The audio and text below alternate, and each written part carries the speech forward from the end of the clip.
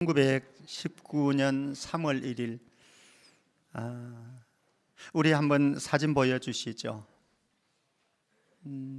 온 국민들이 곳곳에서 뛰쳐나와서 대한독립 만세 만세를 외쳤습니다.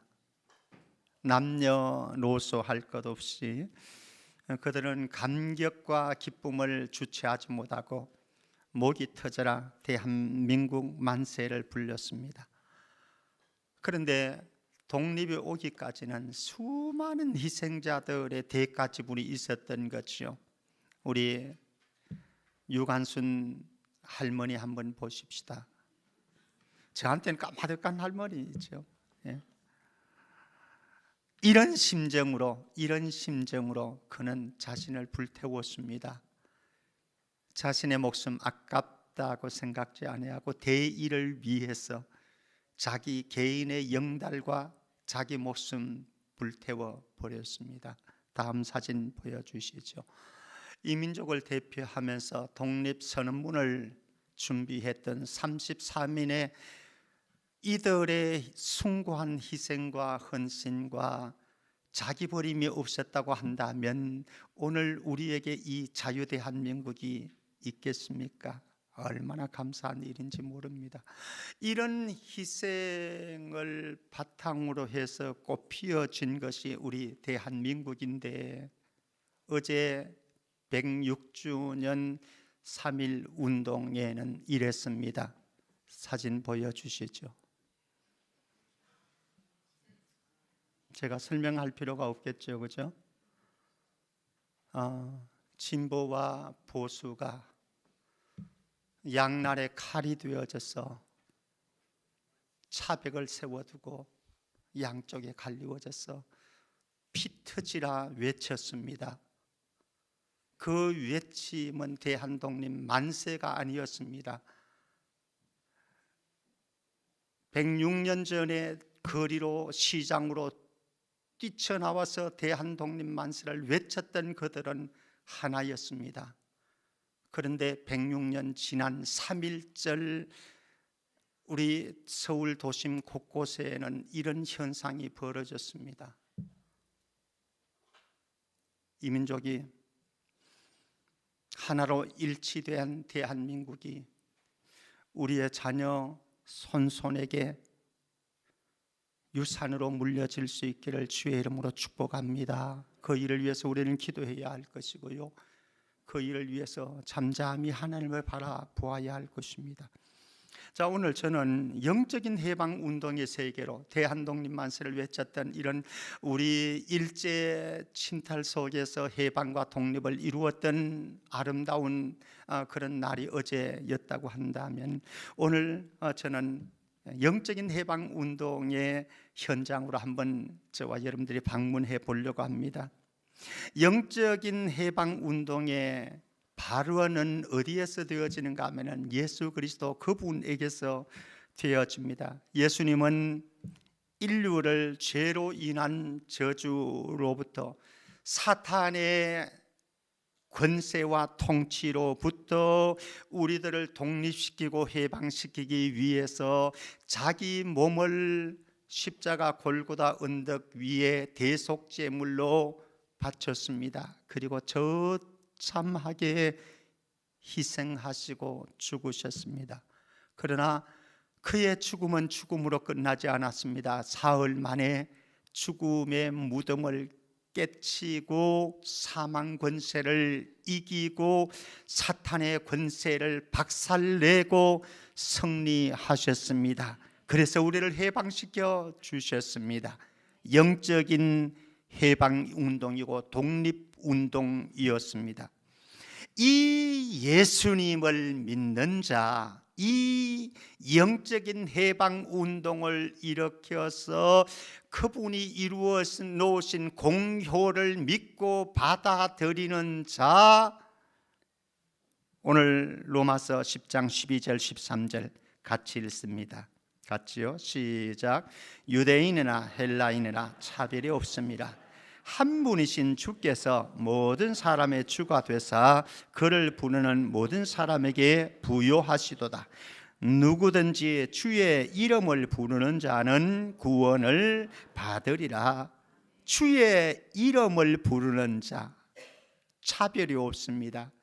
그에게 하나님께서는 구원의 은총을 허락하시고 영원한 생명을 허락하셨고, 그리고 오늘 황무지가 장미꽃이 피는 영원한 하늘 본향을 예비해 주셔서 믿는 자에게는, 그 이름을 믿는 자에게는 천국을 소유할 수 있는, 상속받을 수 있는 상속자로 저와 여러분들을 삼아 주셨습니다. 영적인 독립운동이요 해방운동의 결과입니다. 그런데 오늘날 포스트 모더니즘 사회 속에서 종교다원주의를 주장하는 사람들은 저 산꼭대기를 올라가는 길은 여러 가지가 있지 않느냐, 석가를 통해서도 올라갈 수 있고 마호멧을 통해서도 올라갈 수 있고 또 다른 무엇을 통해서도 올라갈 수 있는데, 길은 다양한데 올라가 보면은 끝에서는 만난다. 이 길도 인정해주고 저 길도 인정해주자. 그래서 우리 사이좋게 지내고 서로 관용의 미덕을 베풀자. 그런데 기독교는 왜 너희들은 유독 별나나? 라고 이야기를 하지만 성경은, 예수님은 이렇게 말씀합니다. 요한복음 14장 6절입니다. 우리 같이 읽습니다. 큰 소리로 읽습니다. 시작. 예수께서 이러시되 내가 곧 길이요 진리요 생명이니 나로 말미암지 않고는 아버지께로 올 자가 없느니라. 하나님 아버지께 천국 가고 싶습니까? 그러면 다른 길이 없대요. 석가를 통해서는 안 된대요. 마호멧을 통해서는 안 된대요. 그 무엇을 통해서도 안 된대요.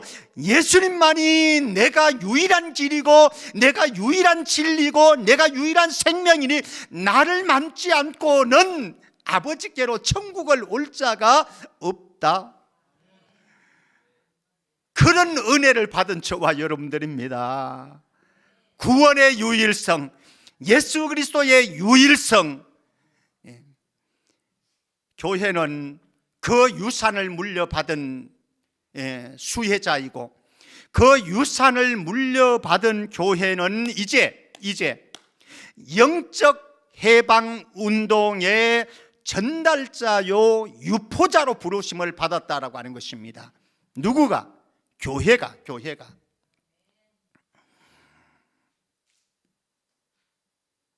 여러분들 사랑하는 사람들이 많이 있죠. 박미순 권사님은 누구를 가장 사랑하나요? 김병태 목사님. 여러분들의 사랑하는 사람이 있잖아요, 그죠? 그 사람에게 무엇인가 선물을 주고 싶은 마음들 있잖아요, 그죠? 여러분들이 사랑하는 사람에게 주고 싶은 가장 좋은 선물이 있다면 무엇일까요? 골로새서 1장 13절 14절 말씀 보십시다. 골로새서 1장 13절 14절 제가 볼까요? 그가 누굽니까? 영적 해방 운동의 발언자이신 예수 그리스도. 그가 우리를 흑암의 권세에서 건져내셔서 그의 사랑의 아들의 나라로 옮겨 주셨습니다. 그 아들 안에서 우리가 속량 곧 죄 사함을 얻었습니다. 이 그분의 속량 대속 제물이 아니었다고 한다면 우리의 죄의 문제를 해결할 수가 없습니다. 죄의 문제를 해결하지 않고는 거룩하고 완전하고 의로우신 하나님께로, 예수님께로 갈 수 있는 자가 없습니다. 그런데 그분이 우리의 모든 죄를 다 씻어주셔서 주홍같이 붉을지라도 진홍같이 붉은 죄인일지라도 오라 우리가 변론하자. 너희들의 모든 죄를 내가 양털같이 흰눈같이 희게 해주리라고 말씀하시고, 그 약속의 말씀을 바로 예수 그리스도께서 이루어 주셔서 이제는 내가 이 구원의 혜택을 누렸는데 이 구원의 혜택이 정말로 내가 사랑하는 나의 남편에게, 내가 사랑하는 나의 아내에게, 내가 사랑하는 우리의 자녀들에게, 우리의 형제들에게, 여러분들의 절친들에게, 정말로 그들에게 사탄의 권세의 나라에서 하나님의 사랑의 아들의 나라로, 천국으로 옮겨져야 된다고 한다면, 정말로 내가 사랑하는 그 사람에게 예수 그리스도의 복음을 선물로 나눠줄 수 있기를 주의 이름으로 축복합니다. 여러분들 혹시 여러분들이 남편의 발을 보시고 만져보신 적이 있습니까? 한번 씻어준 적이 있습니까? 임 집사님, 임정현 집사님, 문 집사님 발 한번 만져준 적 있어요? 다 씻어준 적 없죠? 문 집사님 어디 갔나? 숨어있네. 문 집사님, 임 집사님 발 한번 씻어준 적 있어요? 오늘 가서 세족식 한번 해보세요. 부부가. 박지성 선수의 발이 아름답대요. 그리고 발레리나 강수진 발레리나의 발이 참 아름답대요. 그리고 김연아의 발이 아름답대요. 근데 그 아름답다고 말하는 그 발을 보면요, 흉측합니다. 왜? 훈련으로 망가진 발이지만 그러나 가치가 있어서 그 발이 아름답대요. 근데 이 세상에서 가장 아름다운 발 제가 하나 소개시켜 드리려고 합니다. 오늘 14절 15절 말씀 보십시다. 14절 15절 말씀. 14절 제가 봅니다. 그런즉 그들이 믿지 아니하는 일을 어찌 부르리요? 듣지도 못한 일을 어찌 믿으리요? 전파하는 자가 없이 어떻게 듣겠는가? 보내심을 받지 아니했으면 어떻게 전파할 수 있겠는가? 기록된 바 시작. 아름답도다 좋은 소식을 전하는 자들의 발이여 함과 같으니라. 어떤 발이 가장 아름답다고요? 아름다운 소식, 복된 소식, 좋은 소식. 이게 뭐예요? 복음. 예수 그리스도의 복음, 이것을 전하는 발이 가장 아름답답니다. 오늘 2시에 오실래요? 안 오실래요? 화요전도에 오실래요? 안 오실래요? 복음 전하는 발이 가장 아름답다고 성경은 말씀하는데, 저와 여러분들의 발이 가장 아름다운 발이 될 수 있기를 주의 이름으로 축복합니다. 교회의 존재 목적, 그리고 교회의 사명이 무엇일까요? 우리는 여러 가지로 이야기할 수 있습니다. 그런데 그 교회의 존재 목적과 사명과 그리스도인 한 사람 한 사람의 성도의 존재 목적과 사명 가운데 빼놓아서는 안 되는 게 있습니다. 사도행전 1장 8절 우리가 다 암송하는 말씀입니다. 시작. 오직 성령이 너희에게 임하시면 너희가 권능을 받고 예루살렘과 온 유대와 사마리아와 땅끝까지 이르러 내 증인이 되리라 하시니라. 자, 여기 보십시오. 성도를, 교회를 어떻게 표현하는지 세 가지 양식으로 표현합니다. 성도는 어떤 자이냐? 성령으로 거듭난 자이다. 만약에 여러분들이 이 시간 여기에 앉아 있지만 여러분들이 성령으로 거듭나지 않았다고 한다면, 그러면 여러분들이 그리스도인 아닙니다. 성도 아닙니다. 하나님의 자녀 아닙니다. 그러면은 내가 성령으로 거듭났는지는 어떻게 알 수 있습니까? 여러 가지를 이야기할 수 있지만 단적인 증거가 하나 있는데, 하나님을 진심으로 나의 아버지라고 고백합니다. 그래서 하나님을 나의 아버지라고 스스럼 없이 확신 있게 고백한다고 한다면 그 사람은 하나님의 아들, 딸이 된 성령의 거듭난 자라고 우리는 말할 수 있습니다. 이 성령으로 거듭난 자에게 성령님은 우리에게 뭐를 주셨다고요? 권능을 주셨다고요. 권능, 디나민이라고 합니다. 디나민이라고 하는 이 말은 다이나마이트가 터뜨려지는 그 힘 있잖아요. 예, 알죠, 그죠? 다이나마이트. 그것이 터뜨려지면요, 이 건물도 그냥 한순간에 날아가 버리는 거죠. 그런 권능과 능력을 가진 자가 누구다? 교회이고 바로 우리들이다라고 하는 겁니다. 그리고 이런 권능을 왜 주셨을까요? 그 목적은, 그 이유는 내 증인을 삼기 위해서다 말씀을 합니다. 그래서 이 예수 그리스도의 증인의 사역을 사명을 감당하기 위해서 예루살렘과 유대와 사마리아와 땅 끝까지 달려나가는 사람이 바로 성도이고 교회이다. 우리 땅 끝까지는 갈 수 없고, 이 봄철에 3월달 들어왔으니 이 봄철에 독산동, 금천구도 다 갈 수는 없고, 우리 교회 주변의 독산동 지역에는 찾아가는 우리 성천교회가 되어질 수 있기를 축복합니다. 이 사명 우리에게 맡겨주셨습니다.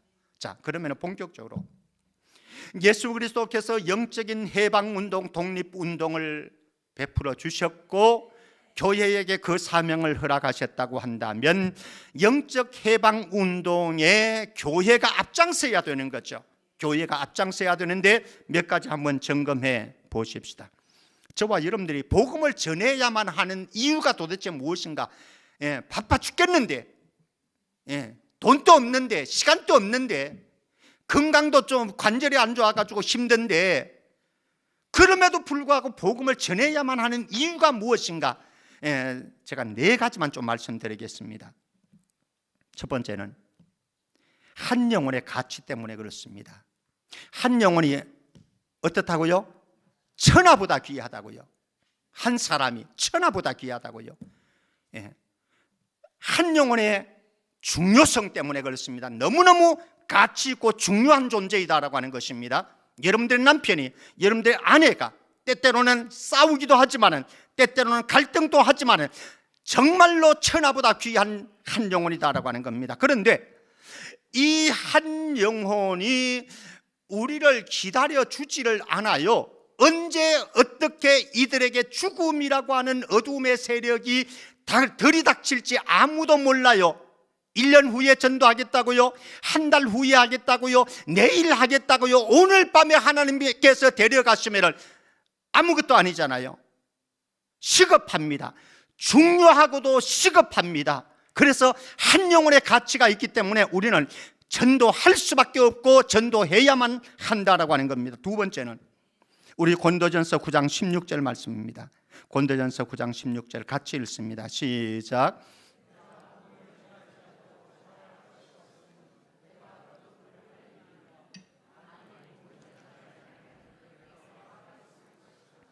제가 다시 한번 읽습니다. 내가 복음을 전할지라도 자랑할 것이 없으면 내가 부득불할 일임이라. 만일 복음을 전하지 아니하면 읽습니다. 시작. 저는 안 읽었어요. 일부러 안 읽었어요. 화를 피하고 싶어서. 복음을 전하지 않으면 어떻게 된다고요? 내게 화가 임한다. 그럼 왜 화가 임합니까? 전도 안 한다고? 그 말씀하잖아요. 내가 부득불할 일이다라고 하는 겁니다. 이게 무엇입니까? 사명이다라고 하는 거죠. 책임이다라고 하는 거, 의무다라고 하는 거죠. 이거는 선택 과목이 아니에요. 대학에서 공부를 할 때에 선택 과목이 있는가 하면은요, 필수 과목이 있어요. 필수 과목. 필수 과목은 안 하면은 졸업이 안 돼요. 선택 과목은 이거 안 해도 다른 과목 선택하면 되는 거예요. 그러나 이 전도는 선택 과목이 아니다라고 하는 겁니다. 해야 할 의무이고 책임이기 때문에 만약에 이것을 하지 않으면 너희들이 화가 임할 것이다. 바울은 그렇게 고백을 하고 있습니다. 우리가 전도해야 되는 더 중요한 원인이 있습니다. 사도행전 1장 8절 우리 읽었지만은 다시 한번 봅니다. 사도행전 1장 8절 시작. 오직 성령이 너희에게 임하시면 너희가 권능을 받고 예루살렘과 온 유대와 사마리아와 땅끝까지 이르러 내 증인이 되리라 하시니라. 그리고는 예수님 훌쩍 떠나셨어요. 여러분들의 부모님들이 여러분들과 함께 살아 계시다가 그 어느 때가 되어서 여러분들에게 얘야 내가 없더라도 이렇게 살아라, 이렇게 해라 라고 눈을 감아버리면은 그것이 무엇이라고요? 유언이다라고 하는 거예요. 유언이라고. 저와 여러분들이 좀 불효는 하지만은 그래도 어머님이 아버님이 마지막 남긴 유언에는 누구나 그 유언을 지키려고 애를 쓰잖아요. 평소에는 불효를 했지만은 평소에는 부모님 말씀 청개구리처럼 그렇게 잘 안 듣고 살았지만은 그러나 유언만큼은 우리가 지키려고 하잖아요. 예수님께서 마지막 피 맺힌 유언을 남기시고 죽으셨습니다. 오직 성령이 너희에게 임하시면 너희가 권능을 받고 예루살렘과 온 유대와 사마리아 땅끝까지 내 증인이 되리라 하시니라. 예수님께서 유언을 남기시고 떠나가셨는데 저와 여러분들 예수님의 피 맺힌 유언 순종할 수 있기를 주의 이름으로 축복합니다. 그래서 전도해야 합니다. 하나 더 추가하십시다. 로마서 1장 14절입니다. 로마서 1장 14절 제가 읽습니다. 헬라인이나 야만이나 지혜 있는 자나 어리석은 자에게 다 같이요. 시작.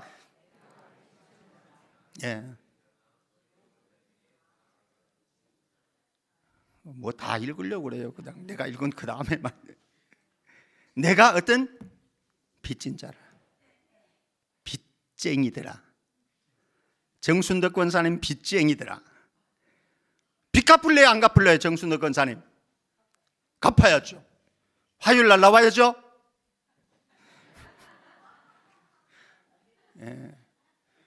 빚쟁이가 빚을 안 갚으면 어떻게 돼요?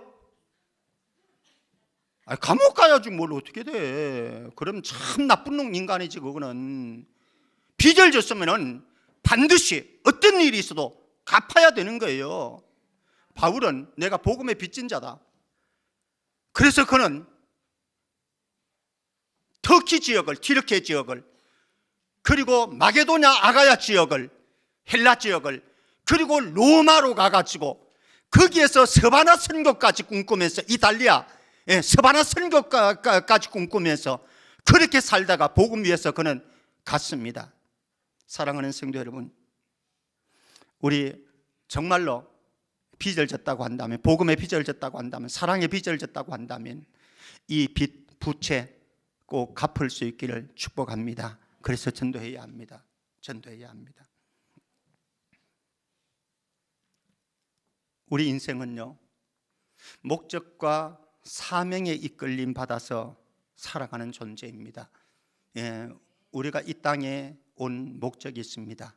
그리고 부름받은 목적이 있습니다. 그것을 우리는 사명이라고 말을 합니다. 자, 그러면은 베드로와 안드레와 야고보와 요한 제자들이 부름받은 목적이 무엇일까요? 마태복음 4장 19절 말씀하시되 나를 따라오라. 내가 너희를 같이요. 시작. 사람을 낚는 어부가 되게 하리라. 뭐 하려고 불렀어요? 사람을 낚는 어부. 저와 여러분들이 낚싯대를 가지고 바다에 가고 호수에 가가지고 강에 가가지고 낚싯대를 던져서 미끼를 던져서 그래서 물고기를 잡는 일은 열심히 합니다. 지금도 새벽부터 저녁 늦은 시간까지 여러분들 정말로 열심히 하잖아요. 그런데 저와 여러분들을 구원하고 교회를 세우시고 부르신 목적과 사명이 더 중요한 사명과 목적이 있는데 교회는 사람을 낚는 어부의 사명 잘 해야 되는 줄 믿습니다. 그래야 우리 주님 앞에 책망 안 들어요. 하나 더 바울의 부르신 목적입니다. 사도행전 9장 15절 사도행전 9장 15절 주께서 이러시되 가라. 이 사람은 내 이름을 이방인과 임금들과 이스라엘 자손들에게 전하기 위하여 택한 뭐라? 나의 그릇이라. 예수님께서 택한 그릇인데 무슨 그릇으로? 내 이름을 이방인들에게 전하기 위해서 내가 택한 나의 그릇이다. 교회는요, 주님의 이름을 모르는 사람들에게 증언하고 전하도록 하기 위해서 택한 그릇입니다. 그게 교회이고 그리스도인입니다. 사랑하는 성도 여러분, 우리 주님이 우리를 부르시고 주님이 교회를 세우신 목적, 사명 잊지 마십시다. 열심히 살아가십시오. 사업도 열심히 하시고 직장생활 열심히 하시고 그리고 공부도 열심히 하십시오. 그러나 그것보다 더 궁극적인 목적이 있는데 저와 여러분들을 통해서 사람 낚는 어부가 되게 하셨고 복음 전해서 그들의 영혼을 하나님의 나라로 이끄는데 저와 여러분들이 귀하게 사용되어진 이 봄이 되어질 수 있기를 축복합니다. 자, 그러면은 사명자가 가져야 될 자세가 있습니다. 사명자가 가져야 될 자세가 있는데요, 첫 번째 사도행전 20장 23절 24절 같이 읽습니다. 자, 23절 제가 읽고 24절 여러분들이 읽습니다. 23절 오직 성령이 각 성에서 내게 증언하여 결박과 환난이 나를 기다린다 하시나. 시작.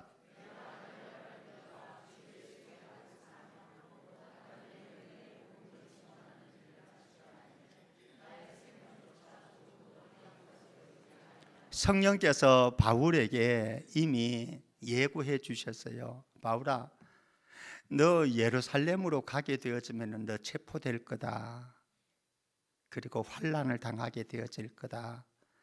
매를 맞을 것이다. 그리고 재판을 받을 거다. 그래서 로마로 이송되어 갈 거다. 자, 여러분들에게 이런 일이 당하게 되어지면은, 그것을 알게 되어지면은 갈래요, 안 갈래요? 갈래요, 안 갈래요? 갈래요? 안 갈래요? 꿀을 먹고 오셨어요, 아침에다? 피해 가겠다 이거죠? 피해 가겠다. 근데 바울은 말합니다.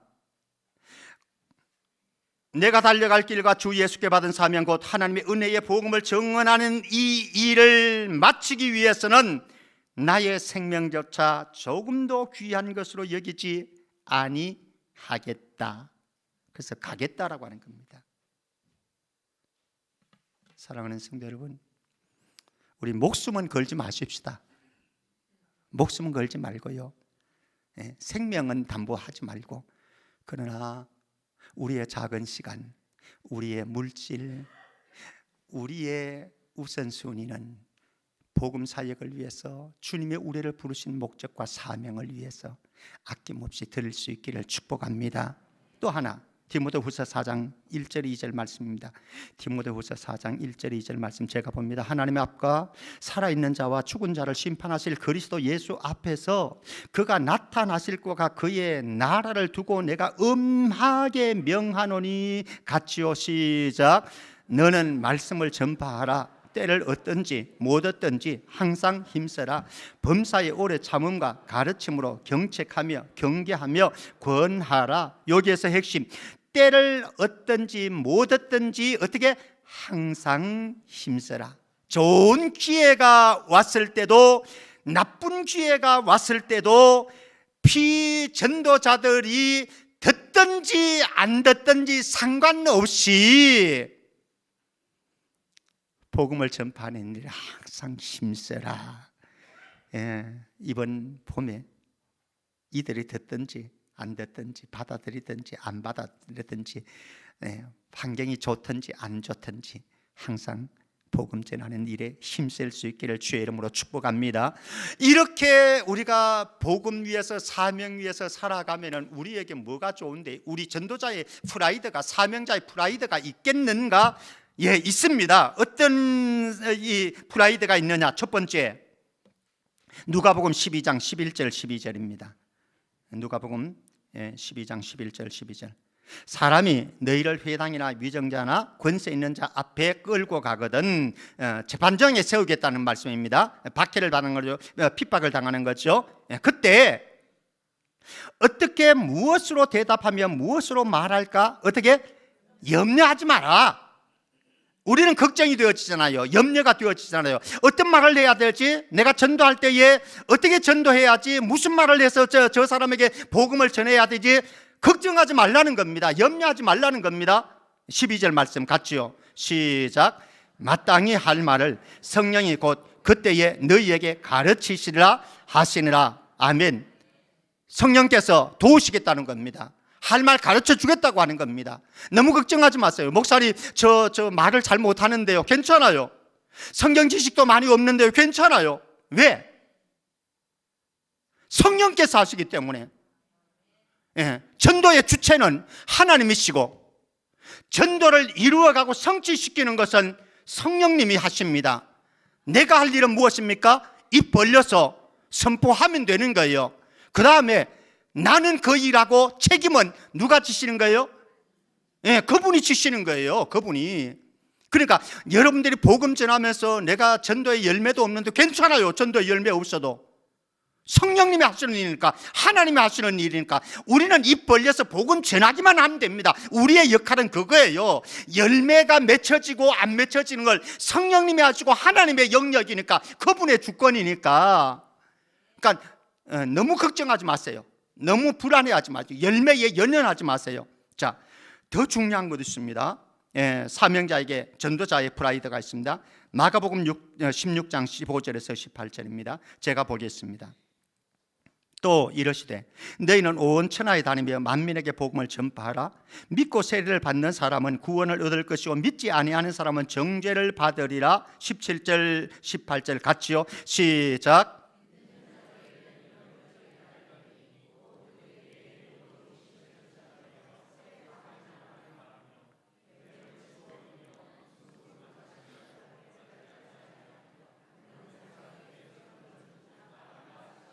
십 17절 18절 이런 일이 날까요? 정말 일어날까요?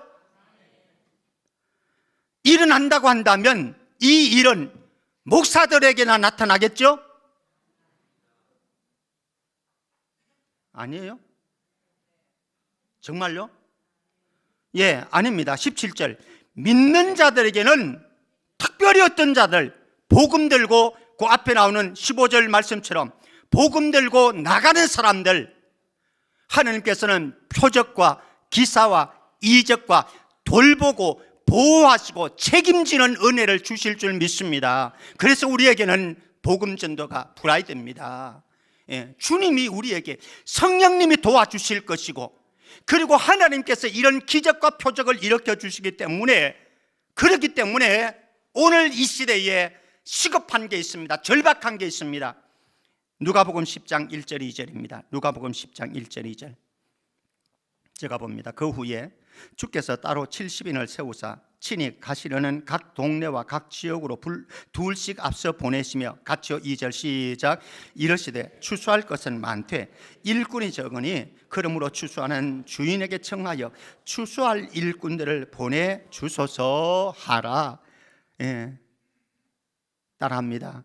저요. 그냥 따라하면 돼요. 저요. 나를 보내소서. 뭐로? 추수할 일꾼으로. 다시 한번 저요. 무엇으로? 추수할 일꾼들은 추수할 것은 많은데 추수할 일꾼들이 적다고 그러니 이 봄철에 제가 사용되겠습니다. 저와 여러분들이 전도의 사명자가 되어서 쓰임 받게 되어지면 어떤 결과가 나타나느냐? 몇 가지 제가 말씀드릴게요. 첫 번째, 영혼 구원의 역사가 일어납니다. 그래서 그 영혼을 살리는 거예요. 천국 보내는 거예요. 망가뜨리는 게 아니라, 죽이는 것이 아니라 그 영혼의 영적인 해방운동을 일으키고 독립운동을 일으키는 사역이 바로 영혼 구원 사역이다. 첫 번째 일어나는 그 사람을 세우는 거예요. 두 번째, 하나님께 영광이 되어집니다. 그리고 세 번째, 교회의 부흥과 성장이 일어납니다. 네 번째, 하나님 나라 확장이 되어집니다. 그리고 다섯 번째, 천국 상급이 주어집니다. 그리고 마지막으로 색다른 기쁨과 즐거움을 경험하게 되어집니다. 요새 왜 내가 이렇게 사는 게 재미가 없어? 제가 여러분들에게 색다른 기쁨과 즐거움과 행복감 하나 소개해 드리겠습니다. 복음을 전해 보시라. 복음을 전해 보시면 거기에 색다른 행복감, 색다른 기쁨과 즐거움이 반드시 다가온다라고 하는 겁니다. 결국 이 복음 전도를 통해서 이루어지는 아름다운 세움 세 가지. 첫 번째는 내가 전도하는 그 사람의 인생을 아름답게 세워갑니다. 맞죠? 정말 이게 중요합니다. 두 번째, 이 사람만 아름답게 세워지느냐? 내 인생도 내 영성도 아름답게 세워질 줄 믿습니다. 그리고 더 중요한 것, 하나님 나라가 세워지고 교회가 더 아름답게 세워지는 역사가 복음 들고 나가는 아름다운 발길에게 일어날 줄로 믿습니다.